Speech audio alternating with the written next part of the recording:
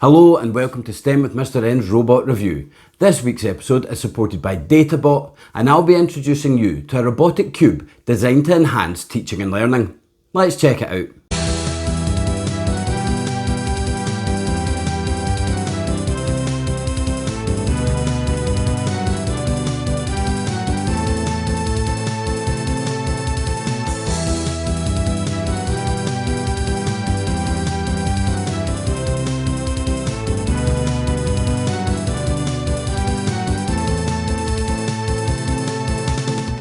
First, I'd like to say a huge thank you to Databot for sending me their Databot Cube, allowing me to experiment with it and enhance the teaching and learning in my classroom. You can visit them at databot.us.com. Now, the Databot is unlike any of the other robots I've featured on the channel before because you don't interact with this robot through movement and coding. In fact, the Databot is loaded up with sensors and it's designed to produce data based on the activities that you are doing. It's important for children to be able to read and understand data, which is one way that Databot enhances learning, but it can also allow you to create a visualization of some abstract concepts. Databot is neatly presented in a black protective case, and when you open that up, you'll notice that the Databot cube is nestled tightly inside a cutout of the case to stop it rolling around. You also get 2 temperature probes and a charging cable. When you look at the Databot cube, you'll see there are lots of bits marked on it to indicate where the different sensors are, and to turn it on, there is a power button on the left hand side. When you turn Databot on, you get a blue blinking light on the top which shows you that the robot is on and ready to be paired with a device. To interact with Databot, you need to download their Visi app on your tablet or smartphone. When I open up the Visi app, you'll see there in white all of the different sensors that Databot has, and up at the top above them, you'll see in blue all of the data for the different activities that I have used Databot for so far. There are so many sensors on Databot that I'm not going to sit and rhyme them all off, but you'll be able to read them here on the screen. There are 4 that I am going to focus on for this video. These are air pressure, temperature probe, CO2 and linear acceleration.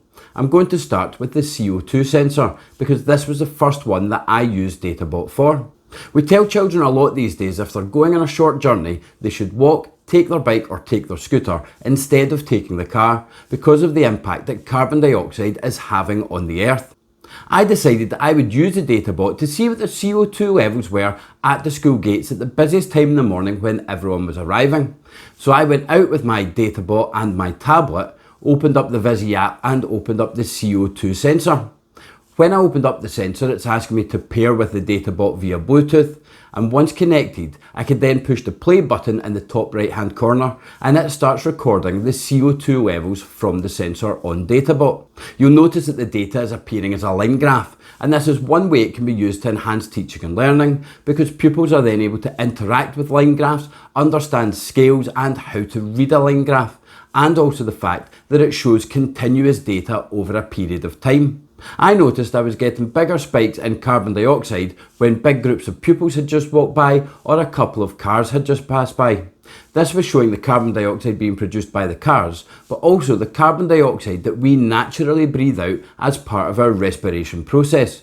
I also decided to take the Databot out at lunchtime when there are no cars or pupils walking around at the front gates to try and get a baseline reading. However, the first day I did this, there was a big spike in the CO2 all of a sudden at one point, and I don't actually know what caused it. It did lead to some interesting discussions with staff and pupils about what might have caused it, so this got our scientific brains thinking. Now, any scientist knows you don't just produce data on one day and accept that that is the fact. So I went out the very next day at the same time in the morning to get the CO2 readings from the school gates again.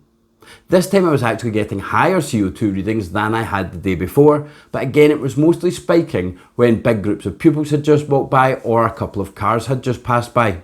I then went out again at lunchtime the same day to try and get a baseline reading, and this time I did manage to get a baseline for the CO2 in the area. There were no sudden spikes, and that is what I had actually expected to get on the previous day. Now it turns out that at the time I was doing this, the following week for us was actually Walk to School Week, which is an initiative to encourage children to walk, bring their bike or scooter to school instead of bringing the car. The head teacher spoke to all of the pupils about what I had been doing because a lot of them were curious why I was crouched down at the school gates in the morning with my tablet and my camera and this little robot. The head teacher explained to them that I was getting carbon dioxide readings and we were going to compare it to walk to school week to see if there was any difference in the readings. So on 2 different days during walk to school week, I went out to the school gates at the same time as I had the 2 days in the previous week to get the readings from the gates. And as it turns out, the CO2 levels were lower on these 2 days during walk to school week than they had been on the 2 days of the previous week when it wasn't walk to school week. This led to lots of interesting discussions in my classroom and throughout the school.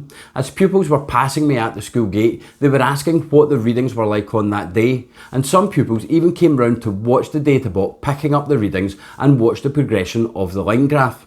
This got a lot of pupils interested in the science behind what I was doing, so although I was just collecting data, there was a lot that could be discussed, and it was able to enhance teaching and learning in lots of different ways. The next sensor I'm going to look at is the linear acceleration. Databot will record the speed that it moves forwards and backwards, left and right, and up and down. I decided to use this with the parachute challenge that I have used with classes lots of times before. Now normally what I would do is use a stopwatch or use the timer on my phone and record how long it takes a parachute to fall from the height until it touches the floor. I'm not always convinced though I get an accurate reading because I'm required to exactly start and stop the timer at the right moment. Databot, however, was giving me an opportunity to try something different. So I wrapped Databot in bubble wrap, still able to turn it on through this protective coating, and I put it inside each of the cups that was attached to the different parachutes that the pupils had made. This way, when the parachutes were being dropped, Databot was able to record the speed at which the parachute was actually falling.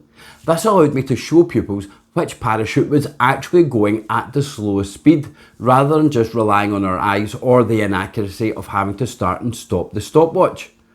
Using Databot also added an extra layer of excitement to the challenge because the pupils knew the data from their parachute was going to be getting accurately recorded by a robot, so we would know who the winner was.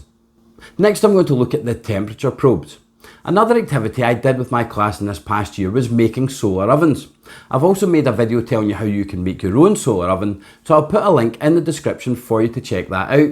And if you don't know anything about solar ovens, you might want to watch that first before coming back to this video.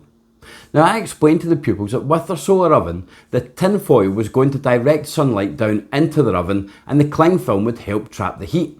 We used our solar ovens to make s'mores, which the children absolutely loved. However, we didn't leave a s'more sitting outside the oven as well as one inside to compare which one cooked faster. So to show them that the oven does actually trap heat and get warmer than the air outside, I used the 2 temperature probes that come with Databot. I put one of the temperature probes inside the solar oven while making a s'more and left the other temperature probe outside the solar oven. As the s'more was cooking, the data was showing that the temperature inside the solar oven was getting quite a bit higher than the temperature outside. It wasn't very easy to read on the iPad given how sunny it was outside, so I took a video of the data at the end so you can see here the comparison between the inside and outside, and there is quite the temperature difference between the two. This allowed me to show pupils an actual visual representation of the temperature difference between the solar oven and outside the solar oven, showing that this abstract concept we had of the solar oven trapping heat was actually correct and they could see that data for themselves. I also used the temperature probes to get a recording of the albedo effect. This is where darker materials absorb heat and lighter materials reflect heat. I put one of the temperature probes underneath a sheet of black paper and put the other one underneath a sheet of white paper. Again, it was difficult to read the data because of the sun shining on the iPad, so I've taken a video of the final data again here, where the temperature probe 1 was underneath the white paper and probe 2 was underneath the black paper.